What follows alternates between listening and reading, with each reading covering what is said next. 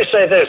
She can't run any of my companies. That I can tell you. Ms. Fiorina, I want to give you a chance to respond. Jeffrey Sonnenfeld is a well-known Clintonite and honestly had it out for me from the moment that I arrived at Hewlett-Packard. But honestly, Mr. Trump, I find it quite rich that you would talk about this.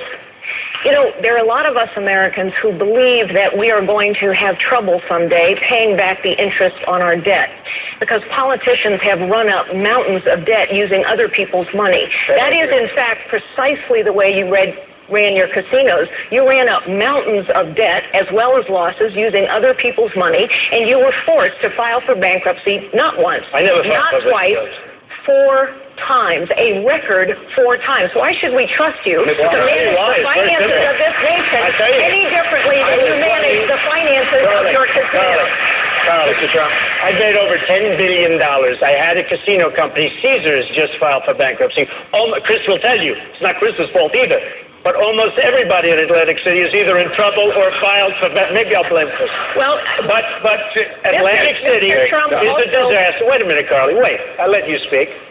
Atlantic City is a disaster, and I did great in Atlantic City. I knew when to get out. My timing was great, and I got a lot of credit for it.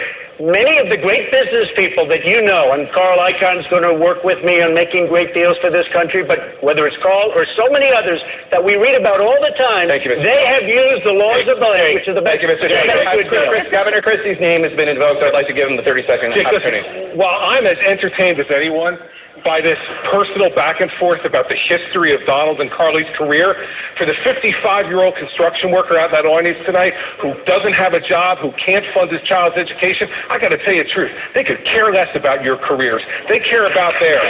Let's start talking about that on this stage, Jay, and stop playing the games.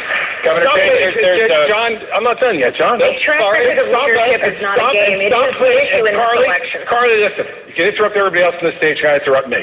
Okay? The fact is that we don't want to hear about your careers.